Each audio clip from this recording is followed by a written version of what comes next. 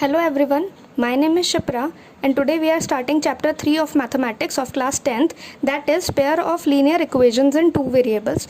हम सबसे पहले चैप्टर के कुछ बेसिक्स रिवाइज करेंगे जिससे हमें इस चैप्टर को ईजिली समझने में, डीपली समझने में आसानी होगी।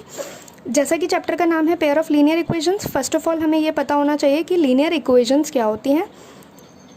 तो हम सबसे पहले इक्वेशंस के बारे में डिस्कस करते हैं, what an equation is.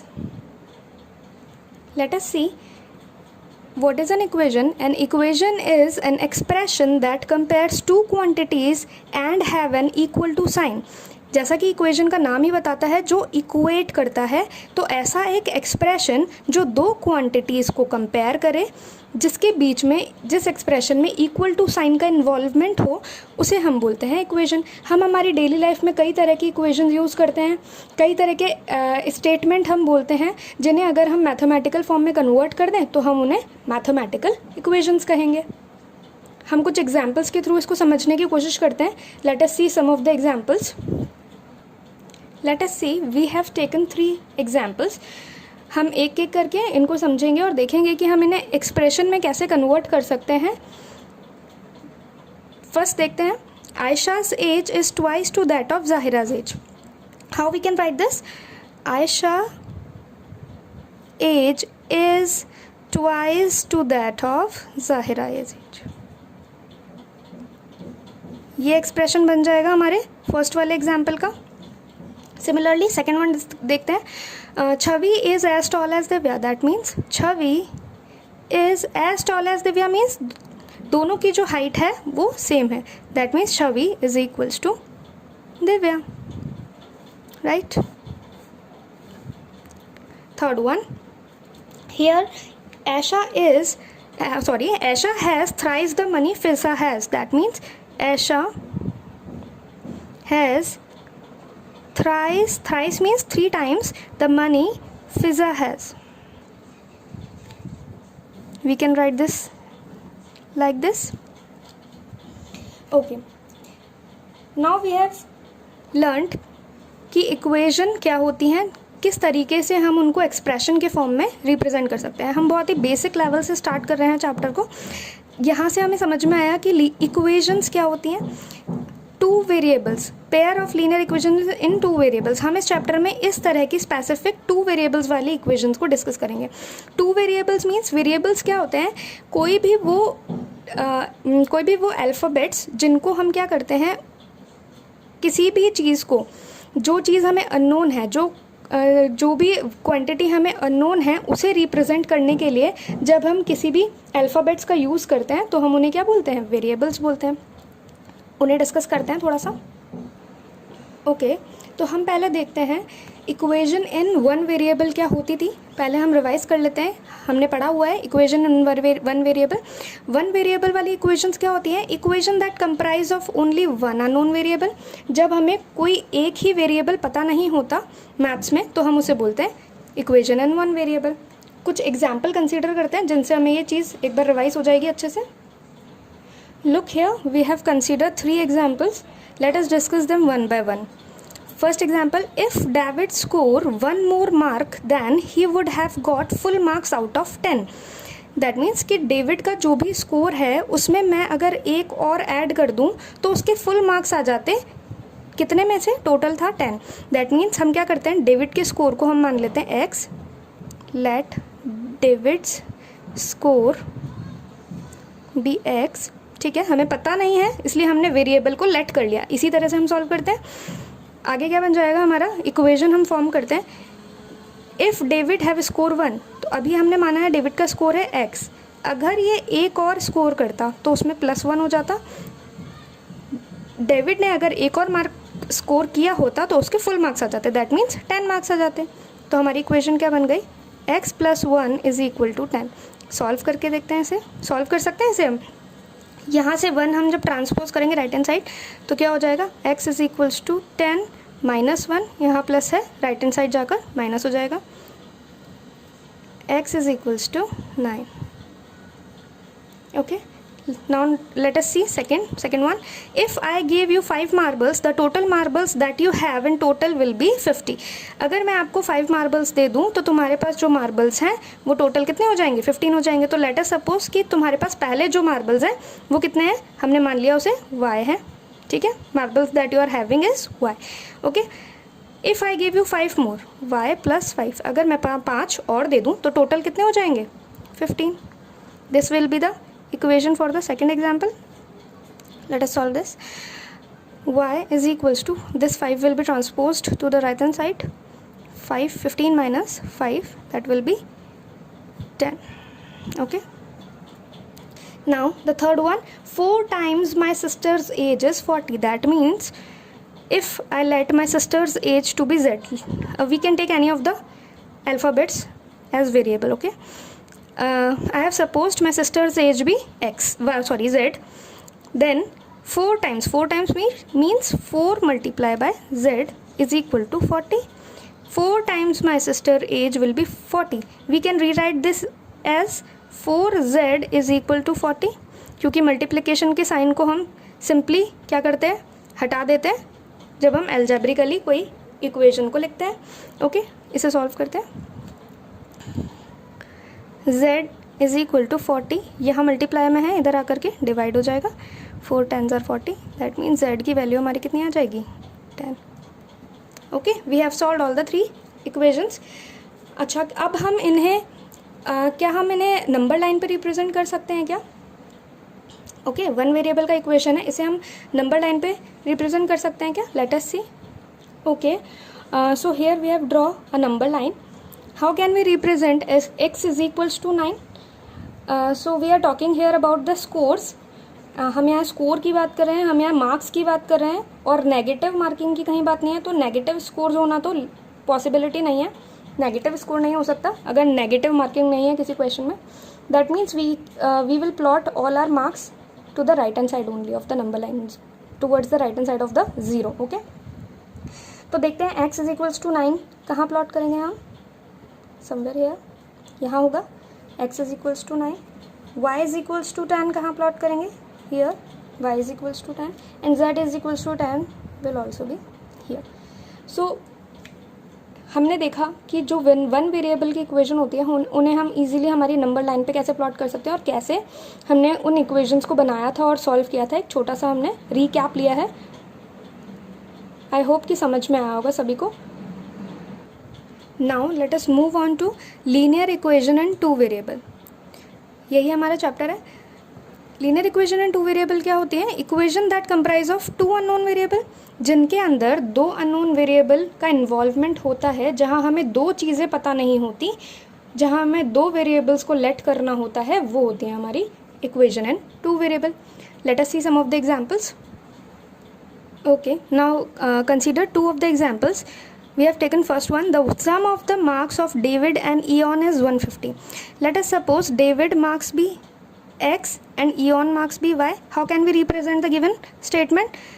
David marks, that means x, and Eon marks, that means plus y. Sum of David marks and Eon marks will be equal to 150, right? Now consider the second one. Total marbles that you and me have is 40.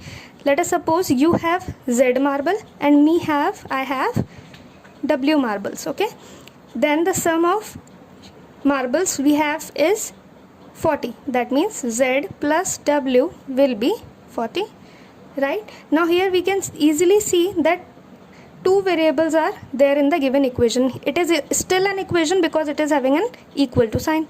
ये अभी भी एक equation है क्योंकि यहाँ equal to का sign अभी भी आ रहा है. ओके, तो ये तो हमारा हो गया इक्वेशन एंड 2 वेरिएबल का एग्जाम्पल.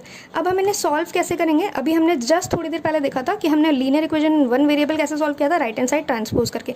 लेकिन यहाँ प्रॉब्लम क्या है, अगर मैं यहाँ y को राइट हैंड साइड ट्रांसपोज करूँगी तो मेरे पास कोई y की स्पेसिफिक वैल्यू नहीं है जो कि यहाँ राइट हैंड साइड जा करके मैं सॉल्व कर दूँ और x की स्पेसिफिक वैल्यू निकल जाए. Same is the case here also. क्या होगा कि z और w दोनों ही मेरे पास अननोन है, तो अगर मैं w को या z को इधर लेकर भी जाऊंगी तो मेरे पास w की कोई स्पेसिफिक वैल्यू नहीं है, तो मैं z की वैल्यू कैलकुलेट नहीं कर पाऊंगी। तो यहाँ पे हम क्या कर सकते हैं, यहाँ पे हमें x और y की, x की वैल्यू कुछ मानेंगे और y की वैल्यू कैलकुलेट करेंगे, subsequent values of y calculate कर लेंगे। इधर भी हम ऐसा ही कर सकते हैं कि z की हम कुछ वैल्यू मान लें और सब्सिक्वेंट y की वैल्यू हम कैलकुलेट कर लें। देखते हैं ऐसा कैसे होगा। ओके, तो हम क्या करते हैं, इस एग्जाम्पल से स्टार्ट करते हैं। हम देखते हैं कि किस तरीके से, अगर हमारे पास दो वेरिएबल की इक्वेशन है और दोनों अननोन है, ऑब्वियसली दो वेरिएबल हैं जो अननोन है, तो हम उन्हें किस तरीके से सॉल्व कर सकते हैं। एक तरीका क्या है, हम क्या करते हैं, हम x की वैल्यू या y की वैल्यू कुछ भी लेट कर देते हैं। हम इसे फर्दर थोड़ा सा सॉल्व करते हैं। x इज इक्वल्स टू, मैं क्या कर सकती हूँ 150, इस y को मैं इधर लेकर आ सकती हूँ, माइनस y, इधर प्लस है, इधर आकर के ये माइनस हो जाएगा। ठीक है, तो हमारी इक्वेशन रिड्यूस हो गई है, x is equals to 150 minus y. अब मैं क्या करती हूँ, y की कुछ वैल्यूज़ यहाँ सब्सटीट्यूट करती हूँ और x की सब्सिक्वेंट वैल्यूज़ निकालती जाती हूँ। ऐसा कर सकते हैं हम इजीली। तो हम क्या मान लेते हैं, let y is equals to 50। हमने सपोज कर लिया कि y की वैल्यू कितनी है, 50 है। तो क्या हो जाएगा, पुट करते हैं हम इस इक्वेशन में 150 माइनस y की जगह पुट कर देती हूँ 50, तो कितना आ जाएगी x की वैल्यू हमारे पास 100। Okay, when value of y is 50, the value of x will be 100. Okay, so one combination we got is 100 comma 50. Okay, next let y is equals to 0। हम क्या मान लेते हैं, इसी इक्वेशन में, इस वाली ही इक्वेशन में हम y की वैल्यू 0 पुट कर देते हैं। तो क्या हो जाएगी x की value 150 minus y, x will be equal to 150 minus 0, that will be 150. The value of, when value of y is 0, value of x will be 150. The coordinate we get is 150 comma 0. Again, let us suppose y is equals to 150. We can take any value because real number can take any value. Okay, तो हम कोई भी value ले सकते हैं जो हमें अच्छी लगती है और सब्सिक्वेंट हम x की वैल्यू कैलकुलेट करते जाएंगे। तो यहाँ पे देखते हैं 150 minus y will be equal to 150 minus 150 which is equal to 0 and we get x is equals to 0 in this case when y is equals to 150 and our coordinate will be 0, 150। तो हमने देखा कि हमने कैसे अलग अलग values put करी हैं y की और सब्सिक्वेंट x की वैल्यूज़ निकाली है। ये एक तरीका हो सकता है दो वेरिएबल की इक्वेशन को सॉल्व करने का। इससे हमें पॉसिबल कॉम्बिनेशंस मिल सकते हैं आंसर के, जो कि इस इक्वेशन के सॉल्यूशन होंगे। ठीक है, एक और चीज़ हम समझने की कोशिश करते हैं कि यहाँ पे हमें स्कोर्स के बारे में बोला गया था कि x और y जो है वो स्कोर हैं स्टूडेंट्स के। तो स्कोर जब तक कि क्वेश्चन में मेंशन नहीं है, नेगेटिव नहीं हो सकते, तो हम यहाँ पे पॉजिटिव वैल्यू लेंगे। यानी कि हमारे पास कुछ कंडीशंस हो गई क्वेश्चन के अंदर। तो क्वेश्चन में हमें इस तरह की कंडीशंस गिवन होती है। अगर कंडीशन गिवन नहीं है किसी भी टू वेरिएबल की इक्वेशन के लिए, तो उसके इनफाइनाइट सॉल्यूशन हो सकता है, क्योंकि अगर उसमें कोई भी कंडीशन नहीं गिवन है तो रियल नंबर तो कुछ भी वैल्यू ले सकता है। रियल नंबर में हम कुछ भी वैल्यू पुट करेंगे, कुछ भी आंसर आएगा। तो इनफाइनाइट सॉल्यूशन हम इस तरीके से निकाल सकते हैं अगर हमारे पास क्वेश्चन के अंदर कंडीशन गिवन नहीं है। अब हम इसको थोड़ा सा ग्राफिकली सॉल्व करके देखने की कोशिश करते हैं। जैसे अभी हमने वन वेरिएबल के लिए नंबर लाइन रिप्रेजेंट करी थी, हम देखते हैं कि टू वेरिएबल को हम कैसे रिप्रेजेंट कर सकते हैं, हम इस चीज को ग्राफ पर कैसे रिप्रेजेंट कर सकते हैं। ओके, ग्राफिकली इनको देखने के लिए हम ग्राफ पेपर का यूज करेंगे। अब हम देखेंगे कि हमारे पास दो वेरिएबल हैं, तो हम नंबर लाइन पे रिप्रेजेंट तो नहीं कर पाएंगे, तो हम देखते हैं कि उसका क्या सॉल्यूशन है और ग्राफ पे हम उसको रिप्रेजेंट करने की कोशिश करते हैं। हम देखते हैं कि ग्राफ पेपर पे हम कैसे कंसीडर करेंगे। ग्राफ पेपर पे हमारा ये वाला जो एक्सेस होता है, ये होता है x axis, this is positive x axis, this is origin, this is negative x axis and this is y axis. तो ये हमारा हो जाएगा positive y axis and this is negative y axis, और we can represent it as y dash. Okay, तो हमारे पास जब दो वेरिएबल्स हैं तो एक रिप्रेजेंट कर देंगे हम एक्स एक्सिस पे और एक रिप्रेजेंट करेंगे हम वाई एक्सिस पे। इसी तरह से हम इक्वेशंस को रिप्रेजेंट करेंगे। इससे इसमें हमारी दो लाइंस का यूज़ हो रहा है, एक एक्स एक्सिस है एक वाई एक्सिस है, इसीलिए हम इसे क्या बोलते हैं, एक प्लेन बोलते हैं। ये एक प्लेन हो गया जिस पे हम इक्वेशन को रिप्रेजेंट करेंगे और इसको हम बोलते हैं कार्टेशियन प्लेन। ये हम सबको पता है। अब हम जो क्वेश्चन था हमारा उसको रिप्रेजेंट करने की कोशिश करते हैं। हमने यहाँ पे कोऑर्डिनेट्स लिख दिए जो हमने सॉल्व किए थे इक्वेशन। वो क्या था, एक्स की वैल्यू यहाँ पे मैं रिप्रेजेंट कर लेती हूँ, मैंने मार्किंग्स कर लिया। अब हम प्लॉट करने की ट्राई करते हैं। x की वैल्यू जब 100 है तो y की वैल्यू कितनी है हमारी 50 है। x की वैल्यू जब 100 है दैट मीन्स हियर, तो y की वैल्यू कितनी है हमारी 50। तो 50 x यहाँ से हम लेंगे, यहाँ से हमारा x आएगा और यहाँ से हमारा y आएगा। This is the point where they both meet.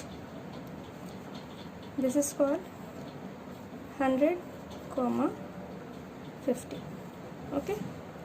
Now the second one, x is 150 and y is 0. That means on the x-axis, this is the point.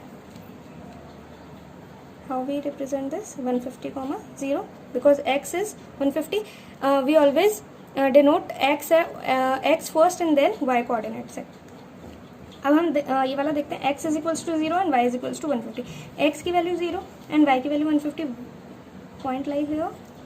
This is 0, 150. Okay. We got all the 3 points. इनको हम join करते हैं।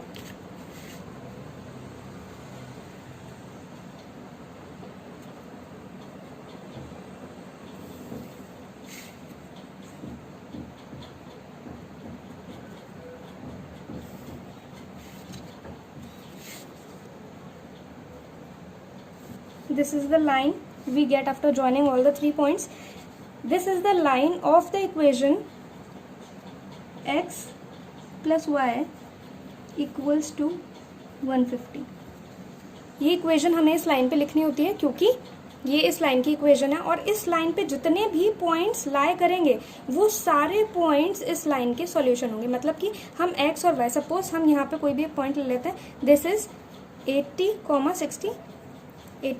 60, तो इसके अंदर वो easily satisfy करेगा। That means अगर एक ने स्कोर किया है 80 और एक ने स्कोर किया 60 तो उनका सम कितना हो जाएगा 150। दैट मीन्स कि ये पूरी लाइन पे जितने भी पॉइंट्स लाया करेंगे वो सारे इसके सॉल्यूशन होंगे। इसीलिए हम बोलते हैं कि जो इक्वेशन होती है उसके इनफाइनाइट सॉल्यूशंस होते हैं। इस पे बहुत सारे पॉइंट लाया करेंगे तो वो सारे पॉइंट्स इस लाइन के सॉल्यूशन होंगे और ये एक हमेशा स्ट्रेट लाइन बनती है। इसीलिए हम इसे लीनियर इक्वेशन बोलते हैं क्योंकि लाइन हमेशा एक स्ट्रेट आती है, इसीलिए इनका नाम होता है लीनियर इक्वेशन, क्योंकि इनका ग्राफिकल रिप्रेजेंटेशन हमेशा एक स्ट्रेट लाइन होता है।